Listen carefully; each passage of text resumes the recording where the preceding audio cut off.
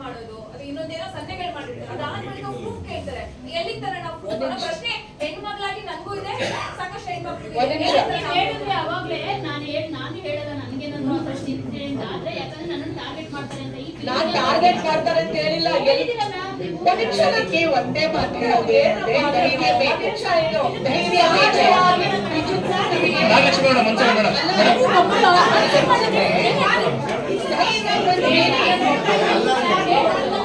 Madam ಈಗ madam ಒಂದೇ second madam ಆಯೋಗಕ್ಕೆ ನಾಗಲಕ್ಷ್ಮಿ ಮೇಡಮ್ ಒಂದ್ ಸೆಕೆಂಡ್ ಈಗ ಮಹಿಳಾ ಆಯೋಗಕ್ಕೆ ಇಂಡಸ್ಟ್ರಿನಲ್ಲಿ ಒಂದ್ ಸೆಕೆಂಡ್ ಮೇಡಮ್ ಮೇಡಮ್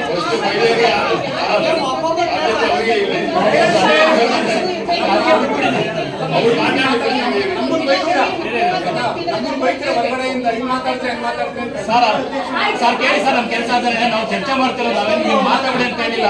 ಒಂದ್ ಸೆಕೆಂಡ್ ಹೇಳ್ತಾ ಇದ್ದೀವಿ ಸರ್, ಅವ್ರು ಅದನ್ನೇ ಮಾತಾಡ್ಕೊಂಡು ಮಾತಾಡ್ತಾ ಇದ್ದೀವಿ. ನಾಗಲಕ್ಷ್ಮಿ ಮೇಡಮ್ ಒಂದ್ ಸೆಕೆಂಡ್ ಇಲ್ಲಿ ಆಯೋಗಕ್ಕೆ ಇಲ್ಲಿ ತನಕ ಇಂಡಸ್ಟ್ರಿಯಲ್ಲಿ ಈ ತರ ಸಮಸ್ಯೆಗಳಿದೆ ಅಂತ ಅಂದ್ಬಿಟ್ಟು ಒಂದ್ ಸೆಕೆಂಡ್ ಮೇಡಮ್ ಈಗ ಹೆಣ್ಮಕ್ಳಿಗೆ ಒಂದು ರಕ್ಷಣೆಗೋಸ್ಕರ ಈ ತರದೊಂದು ನೀವಾಗಿ ಬಂದು ಆಯೋಗ ಬಂದು ಖುಷಿ ವಿಚಾರ ಮೇಡಮ್. ಬಟ್ ಇಲ್ಲಿ ತನಕ ಇಂಡಸ್ಟ್ರಿನಲ್ಲಿ ಹೆಣ್ಮಕ್ಳಿಗೆ ಇದೆಲ್ಲ ಸಮಸ್ಯೆ ಇದೆ ಅಂತ ದೂರುಗಳು ದೂರುಗಳು ಬಂದಿದೆಯಾ ಏನಾದ್ರು?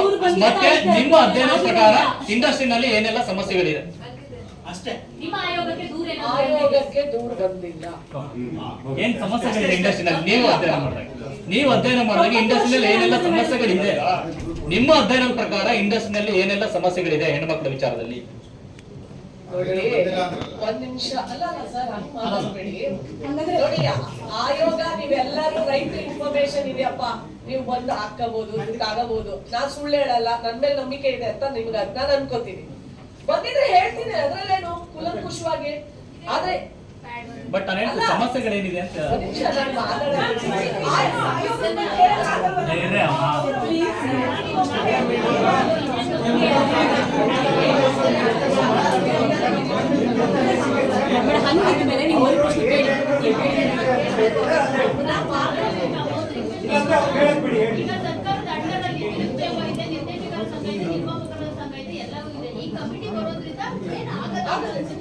ಅಲ್ಲಪ್ಪ, ಈಗ ಒಂದ್ ನಿಮಿಷ ಕಮಿಟಿ ಮಾಡ್ಲೇಬೇಕು.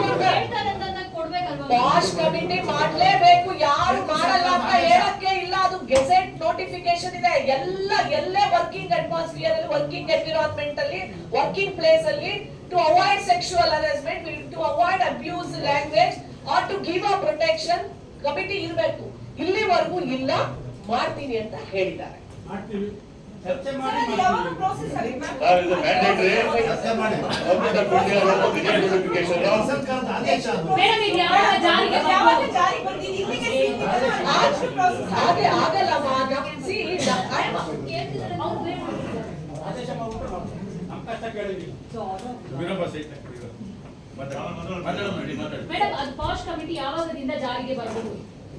ಪಾಶ್ ಕಮಿಟಿ ಈಗ ನಾವು ಅವರಿಗೆ ನೋಟಿಸ್ ಕೊಡ್ತೇವೆ, ಆಯ್ತಾ, ಪತ್ರವನ್ನ ಬರೀತೇವೆ.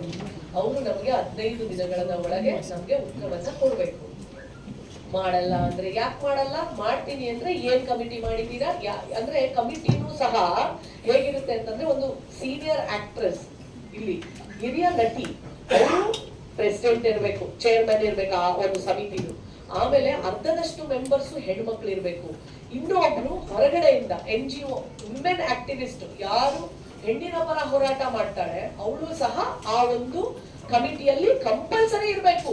ಯಾವುದೇ ದೂರು ಅಲ್ಲಿ ದಾಖಲಾದ್ರೆ ಅಲ್ಲಿ ನಮ್ಮ ಹತ್ರನೂ ಬಂದಾಗ ನೀವು ನ್ಯಾಯಾಲಯಕ್ಕೆ ಹೋಗಿ, women commission is also like civil court ತರ. ಸೊ ನಮ್ದು ಒಂದು ನಮ್ಮ ಹತ್ರ ಬಂದಾಗ ಅದೊಂದು ನ್ಯಾಯಾಲಯ ತರನೇ. ಸೊ ಅಷ್ಟೇ ಪವರ್ಸ್ ಇರುತ್ತೆ, ಜುಡಿಷಿಯರಿ ಪವರ್ಸ್. ಸೊ ಬಂದಾಗ ನಾವು ಎಲ್ಲ ಕಾನೂನು ಪ್ರಕಾರನೇ ಪರಿಶೀಲನೆ ಆಗುತ್ತೆ. ಆಗಿಲ್ಲ ಅಂದ್ರೆ ಯಾಕಾಗಿಲ್ಲ, ಅದಕ್ಕೆ ಅವ್ರು ಉತ್ತರ ಕೊಡ್ಬೇಕಾದ್ರೆ ಮಾಡ್ಲೇಬೇಕಾಗುತ್ತೆ. ಅದಕ್ಕೆ ಎರಡನೇ ಮಾತೇ ಇಲ್ಲ. ಮಾಡಲ್ಲ ಅಂತಂದ್ರೆ ಅವ್ರ ಕಾನೂನು ಪ್ರಕಾರ ಏನೇನ್ ತರ್ತಾರೆ ತಗೊಂಡ್ ಬರ್ಲಿ ಅಲ್ವಾ. ಮಾಡೋದನ್ನ ಅವಕಾಶ ಕೊಡೋಣ. ಈಗ 15 ಇಲ್ಲಿವರೆಗೂ ಅವ್ರು ಯಾವತ್ತು ಇಲ್ಲಿವರೆಗೂ ಯಾರು ಕೊಟ್ಟಿಲ್ಲ, ಅವ್ರು ಮಾಡಿಲ್ಲ. ಈಗ ಮಾಡ್ಬೇಕು. ಅವ್ರು ಅದಕ್ಕೆ ಉತ್ತರ ಏನ್ ಕೊಡ್ತಾರೆ ಕಾದ್ ನೋಡೋಣ. ಮಾಡಿಲ್ಲ ಅಂದ್ರೆ ಯಾಕೆ ಮಾಡಿಲ್ಲ, ಮಾಡ್ತೀನಿ ಅಂದ್ರೆ ಓಕೆ, ಯಾರು ಮಾಡ್ತೀನಿ ನಮ್ಗೆ ಕಮಿಟಿ ಕಳಿಸ್ಬೇಕು. Fine. ನಾವು ಲೆಟರ್ ಬರೆದಿದೆ ಮೇಡಮ್ ನಿಮಿಷ ಮಾತಾಡ್ತಿದ್ರಿ ಮೇಡಮ್ ಅದಕ್ಕೆ ಉತ್ತರ ಕೊಡ್ತೀನಿ. ಅಧ್ಯಕ್ಷರೇ ಒಂದೇ ಒಂದು ಕ್ವಶನ್, ಶಿಲ್ಪಾ ಮೇಡಮ್ ನೆನ್ನೆ ಫೋನ್ ಮಾಡಿದಾಗ ನೆನ್ನೆ ನೀವು ಹೇಳಿದ್ರಿ ಇದುವರೆಗೂ ಚೇಂಬರ್ಗೆ ಒಂದೇ ಒಂದು ದೂರು ಬಂದಿಲ್ಲ ಅಂತ ಹೇಳಿದ್ರಿ. ಹೌದು. ಈಗ ಅವರು ಆಯೋಗದ ಅಧ್ಯಕ್ಷರು ಹೇಳ್ತಾ ಇದ್ರು ಇದುವರೆಗೂ ದೂರು ಬಂದಿಲ್ಲ. ಅಲ್ಲ ಆಯೋಗಕ್ಕೆ ಸರಿ, ನಾನ್ ಆಯೋಗಕ್ಕೆ ಬಂದಿದ್ದೆ. ದೂರು ಬಂದಿಲ್ಲ ಅಂತ ಹೇಳ್ತಿದ್ದಾರೆ. ಬಟ್ ಎಲ್ಲೂ ದೂರು ಬಂದಿಲ್ಲ. ಚಿತ್ರರಂಗನ್ ಕೂಡ ಸೆಕ್ಸುವಲ್ ಹರಾಸ್ಮೆಂಟ್ ಅಂತ ಹೇಳಿ ಆರೋಪ ಹೊರಿಸ್ತಾ ಇರ್ತಾರೆ. ಬಟ್ ಇದಕ್ಕೆ ಏನ್ ಹೇಳ್ತೀರಿ ನೀವು? ಈಗಾಗಲೇ ರಮೇಶ್ ಅವರು ಮಾತಾಡಿದ್ರಲ್ಲ, ಚಿತ್ರರಂಗಕ್ಕೆ ದೋಷ ಬೆಟ್ ಮಾಡ್ಬಿಡಿ, ಎಲ್ಲಾ ಕ್ಷೇತ್ರಗಳು ನಡೀತಾ ಇದೆ ವಿಚಾರಗಳು. ಅದಕ್ಕೋಸ್ಕರ ಮಹಿಳಾ ಆಯೋಗಗಳು not only for film industry, for entire state ಎಲ್ಲಾ ಡಿಪಾರ್ಟ್ಮೆಂಟ್ಗಳು ಎಲ್ಲಾ ಕಡೆ ಒಂದು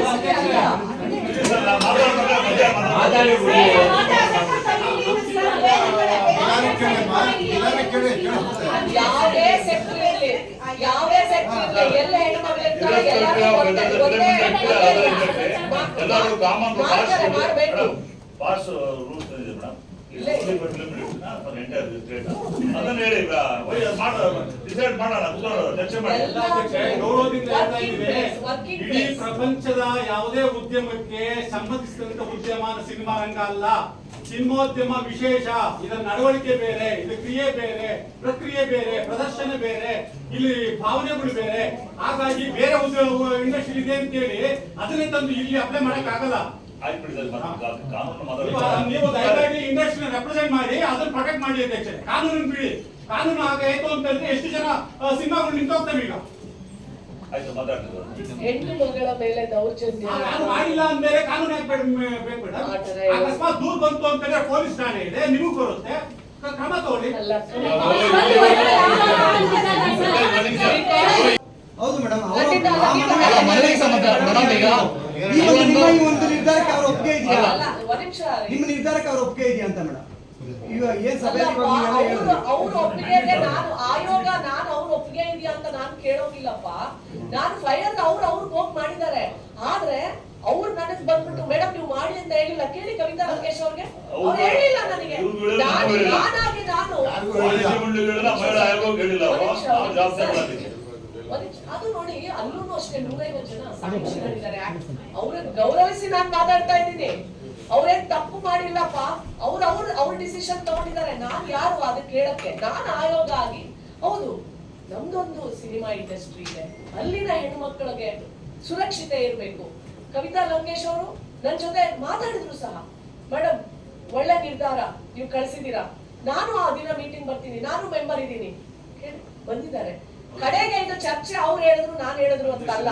ಕಡೆಗೆ ಏನಾಗ್ಬೇಕು ಸರ್, ಇರ್ಲಿ ಸರ್, ಇರ್ಲಿ, ತಪ್ಪೇನಲ್ಲ. ಕಡೆಗೆ ಅವ್ರದ್ದೇನು ಮೂಲ ಉದ್ದೇಶ?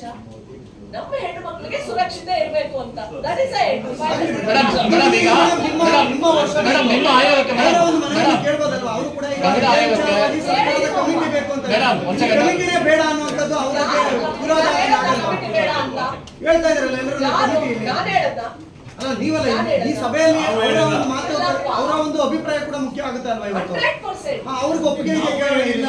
ಕಮಿಟಿ ಬೇಡ ನಾವು ಹೇಳಿಲ್ಲಪ್ಪ. ಅಲ್ಲ ಅವ್ರು ಕೇಳೋಣ ಈಗ.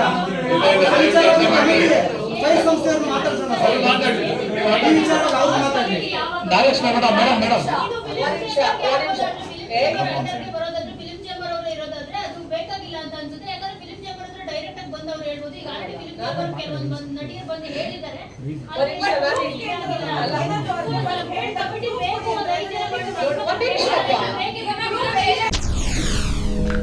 SS ಟಿವಿ ಸಿನಿಮಾ ಜಗತ್ತಿನ ಕ್ಷಣ ಕ್ಷಣದ ಸುದ್ದಿಯೊಂದಿಗೆ.